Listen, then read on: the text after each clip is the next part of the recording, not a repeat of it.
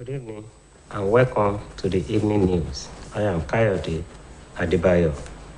The ruling All Progressives Congress has disqualified 10 out of its 23 presidential aspirants ahead of its national convention starting on Monday, June 6th.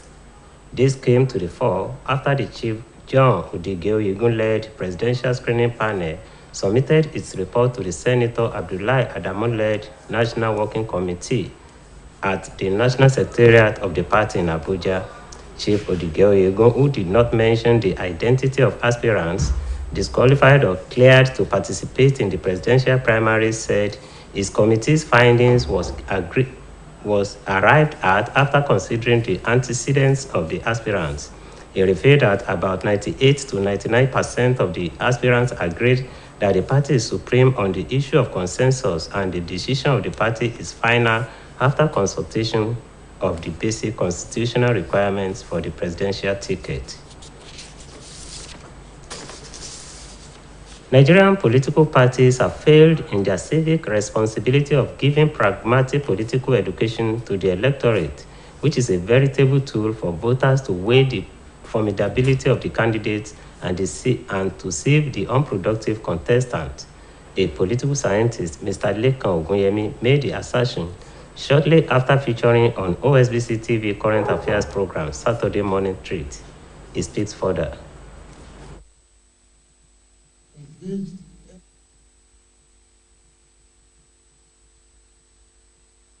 We need political education right from the grassroots, because it is one thing. Somebody mentioned that he spent a lot of money before he became a delegate. So, and the primary thinking is that I've invested my money in this, then I should go there to collect money. So when you now leave the political merchants to take over the landscape, then it's going to make nonsense of our democratic process. The way out is that we need political education. We people at the grassroots, we should note that once you have invested, these people have invested in you by giving you money, definitely you should not expect anything at the end of the day. So the way out is that radio stations, television stations, clerics, Muslim, Islamic, and everybody, we should educate our people. And political parties, they have abandoned that particular function, and that is political education. In those days, the Awolowos and the rest, they will tell you the essence of education, egalitarian society, this and that. They will educate you about their manifesto. But this time around, instead of educating people with them going by them, they are now giving money and as a result of that, we should seek knowledge first, not money.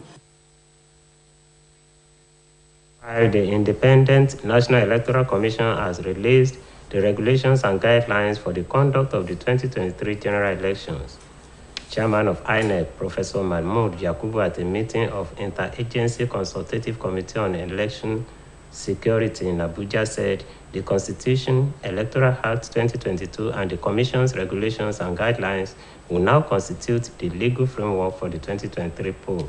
During the meeting, the National Security Advisor Babangana Monguno, represented by Sanusi Galadima, vowed to crush perpetrators of violence and forestall any act that will undermine the 2023 polls. According to him, the coming into force of the Electoral Act 2022 had made it necessary to review the Commission's regulations and guidelines that govern the conduct of elections. He said that the training manual will also be presented to Nigerians in the next couple of weeks, while INEC will focus on election administration such as logistics, training, voter education, technology, sensitization against vote buying, inclusivity, measures and security, among others.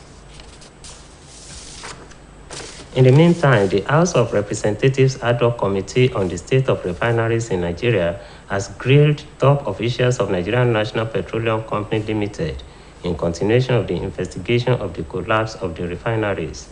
During the grilling, the Group Managing Director, NNPC, Ile Kyari, told the committee that the rehabilitation, which contract was awarded on May 6, 2021, had attained 30% completion level, and the ongoing rehabilitation of the Port Harcourt refinery will be completed by March 2023. After going through the documents submitted by NNPC to the committee, the lawmakers observed similar contracts for the 3 refineries were awarded to another company. In 2019, the lawmakers expressed their displeasure with the response from Saipien Engineering Company, which got the contract for the comprehensive technical survey of the Port Harcourt refinery at $135 million and an additional sum of £2.3 million for the inspection of both Warri and Kaduna refineries.